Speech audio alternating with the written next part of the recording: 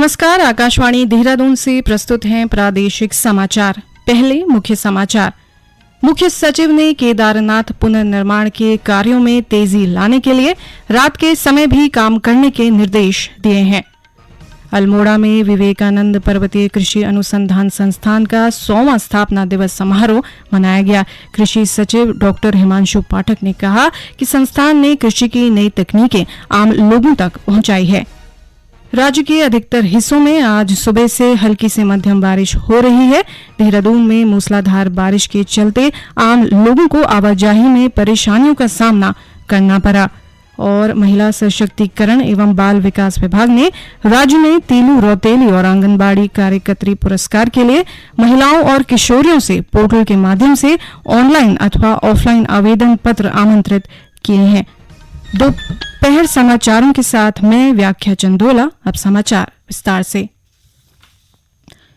केदारनाथ पुनर्निर्माण के कार्यों में तेजी लाने के लिए रात के समय भी काम करने के निर्देश दिए गए हैं। देहरादून में अधिकारियों के साथ समीक्षा बैठक में मुख्य सचिव डॉक्टर एस संधू ने सभी काम समय पर पूरा करने के लिए साप्ताहिक समय सीमा निर्धारित करने को कहा।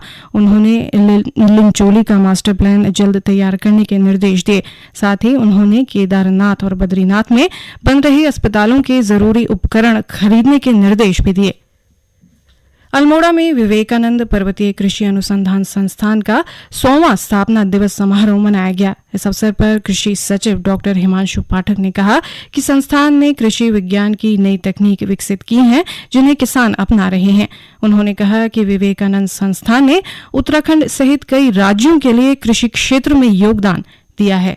योगदान न केवल उत्तराखंड के धरती के लिए है बल्कि देश के जो अन्य राज्य हैं, कई सारे राज्यों में यहाँ के विकसित किया गया वैरायटी, यहाँ का विकसित किया गया बाकी जो टेक्नोलॉजी है, चाहे वो मशीन हो, चाहे वो और कई प्रकार के हो, काफी जगह पहुंच चुका है और किसान भाई बहने इसको जो है कि अपना रहे हैं। और ये जो 100 साल पूरा करने का समय हम जो पूरा कार्यक्रम का आयोजन कर रहे हैं, इसमें हम यही आलोचना करेंगे कि 100 साल में जो किया इसको और आगे चल के आने वाले वर्षों में, आने वाले दशक में और आने वाले शतक में कैसे इसको आगे बढ़ाया जाए, इसका रूपरेखा पर भी हम विचार कर रहे हैं।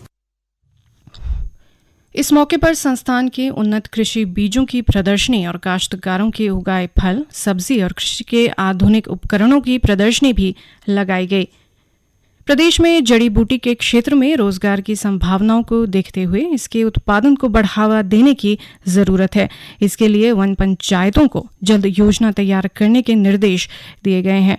मुख्य सचिव डॉक्टर एस संधू ने देहरादून में अधिकारियों की बैठक लेते हुए कहा कि जड़ी बूटी की दिशा में जो वन पंचायतें पहले से काम कर रही हैं, उन्हें इस योजना में शामिल किया जाए। उन्होंने योजना को सफल बनाने के लिए नियमों को सरल रखने के निर्देश दिए। मुख्य सचिव ने हर्बल टूरिज्म पार्क योजना को भी जल्द शुरू करने को कहा।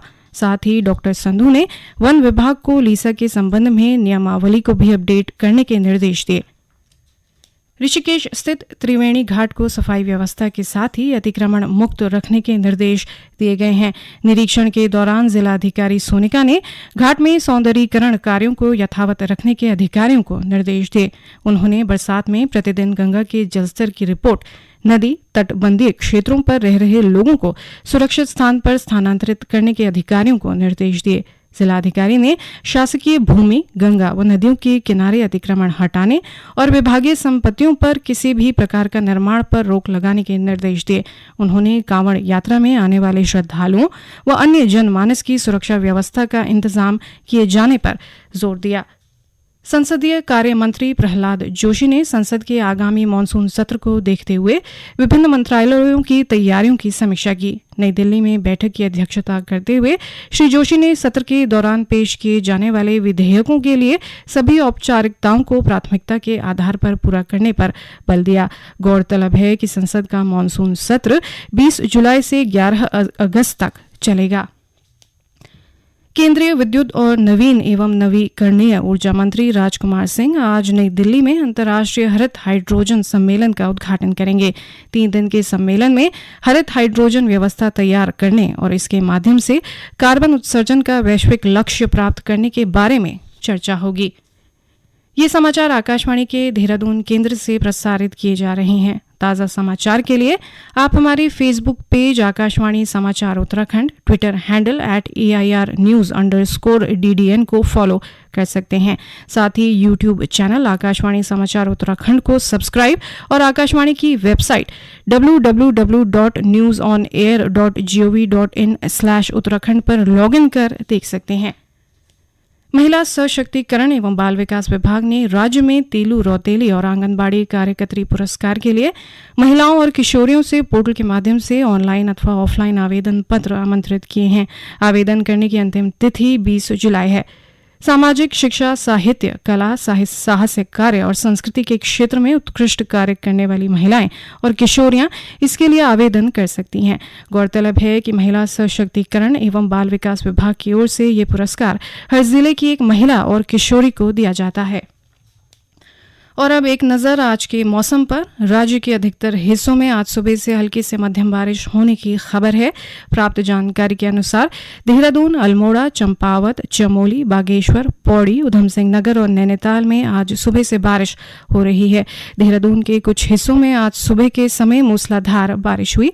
इसके चलते कई जगहों पर जल भराव की समस्या हुई और लोगों को भारी जाम का सामना करना पड़ा। चमोली जिले से हमारे प्रतिनिधि ने बताया कि बद्रीनाथ राष्ट्रीय राजमार्ग छिनका के पास मलबा आने से यातायात के लिए अवरुद्ध हो गया है। यात्रियों को सुरक्षा की दृष्टि से सुरक्षित स्थानों पर रोका गया है। राज्य आपदा परिचालन केंद्र से प्राप्त जानकारी के अनुसार राज्य के कुछ मुख्य मार्गों सहित ग्रामीण सड़कें भूस्खलन के चलते अवरुद्ध हुई हैं, जिनको खोलने के प्रयास किए जा रहे हैं। इस बीच मौसम विज्ञान केंद्र देहरादून ने अगले 5 दिनों में राज्य में कहीं कहीं मध्यम से तेज बारिश होने की संभावना जताई है। भारतीय जनता पार्टी ने प्रदेश सरकार के 2 वर्ष के कार्यकाल को जनहित के लिए किए गए साहसिक और ऐतिहासिक फैसलों से भरा बताया और कहा कि इससे राज्य के विकास में तेजी आई है और भ्रष्टाचार भी कम हुआ है। पत्रकारों से बातचीत में प्रदेश अध्यक्ष महेंद्र भट्ट ने कहा कि प्रधानमंत्री नरेंद्र मोदी के सुदृढ़ उत्तराखंड के विजन और संकल्प को साकार करने के लिए प्रदेश सरकार 2025 को उत्तराखंड का दशक बनाने के लक्ष्य को हासिल करने के लिए तेजी से आगे बढ़ रही है। उन्होंने कहा कि सरकार में युवाओं, महिलाओं, किसानों समेत समाज के सभी वर्गों के कल्याण की विभिन्न योजनाओं के साथ प्रदेश चहुमुखी विकास के मार्ग पर अग्रसर है। मुख्यमंत्री पुष्कर सिंह धामी ने नई दिल्ली में कहा कि प्रदेश में समान नागरिक संहिता के लिए गठित कमेटी ने 2,35,000 से अधिक लोगों के विचार लिए हैं। मुख्यमंत्री ने कहा कि कमेटी ने विधि से जुड़े लोगों, विशेषज्ञों, संगठनों और धार्मिक संगठनों से भी बात की है। मुख्यमंत्री ने कहा कि इन सभी आधारों पर ड्राफ्ट तैयार किया जा रहा है। सभी विद्वान लोग, यूसीसी कमेटी, सारे विधि से जुड़े हुए लोग, विशेषज्ञ और कमेटी की जो अध्यक्ष हैं रंजना प्रकाश देसाई जी, सेवानिवृत्त न्यायाधीश, उनके साथी लोग, सभी ने बहुत लोगों के विचार लिए हैं। 2,35,000 से भी ज़्यादा लोगों के विचार लिए हैं और अनेकों संगठनों से भी बात की है, धार्मिक संगठनों से भी बात की है। उनके विचार के बाद उन्होंने संकलन कर रहे हैं और वो संकलन पूरा करने के बाद ड्राफ्ट बनाएंगे और वो ड्राफ्ट हमको मिलेगा। राज्य में आम लोगों की समस्याओं के निस्तारण के लिए तहसील दिवस पर चौपालों और बहुउद्देशीय शिविरों आदि का आयोजन किया जाता है। इसी क्रम में चंपावत के विकास खंड पार्टी में तहसील दिवस का आयोजन किया गया। इस दौरान मुख्य विकास अधिकारी ने 20 लोगों की समस्याओं को सुना, उनके निस्तारण के निर्देश दिए। उन्होंने कहा कि जिले में आम लोगों की समस्याओं का समाधान त्वरित और समयबद्ध तरीके से किया जाएगा। उत्तरकाशी जिले के बड़ेथी बनचौरा मोटर मार्ग पर आज सुबह एक वाहन के खाई में गिरने से 2 लोगों की मृत्यु हो गई, जबकि एक अन्य गंभीर रूप से घायल हो गया। घायल व्यक्ति को सामुदायिक स्वास्थ्य केंद्र चिन्याली सौड़ में प्राथमिक उपचार के बाद हायर सेंटर देहरादून रेफर किया गया। प्राप्त जानकारी के अनुसार वाहन में 3 लोग सवार थे। अंत में मुख्य समाचार एक बार फिर।